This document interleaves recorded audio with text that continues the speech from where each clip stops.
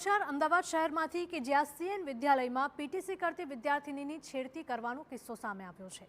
અધ્યાપક રોહિત ઉપાધ્યાય પર છેડતીનો ગંભીર આરોપ લગાવવામાં આવ્યો છે। સેમેસ્ટર 1ની વિદ્યાર્થિનીએ લેખિત ફરિયાદ કરી છે। ઘટનાના 4 દિવસ બાદ ડીઈઓને જાણ કરવામાં આવી છે, તો ડીઈઓએ શાળા પાસે આ સમગ્ર મામલે ખુલાસો પણ માંગ્યો છે।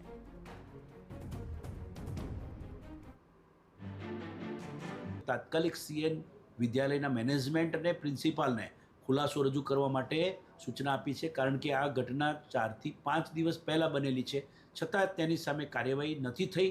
તો તે માટે અમે તાત્કાલિક અસરથી આ સદર અધ્યાપક સામે સસ્પેન્શન કે જે કંઈ સત્વરે કરવાની કામગીરી થતી હોય તે કરવા માટે સૂચના આપી છે અને તેઓએ આગળની કાર્યવાહી હાથ ધરી છે તેવું અત્યારે જાણવા મળ્યું છે। અમે સીએન વિદ્યાલય પાસે રિપોર્ટ મંગાવ્યો છે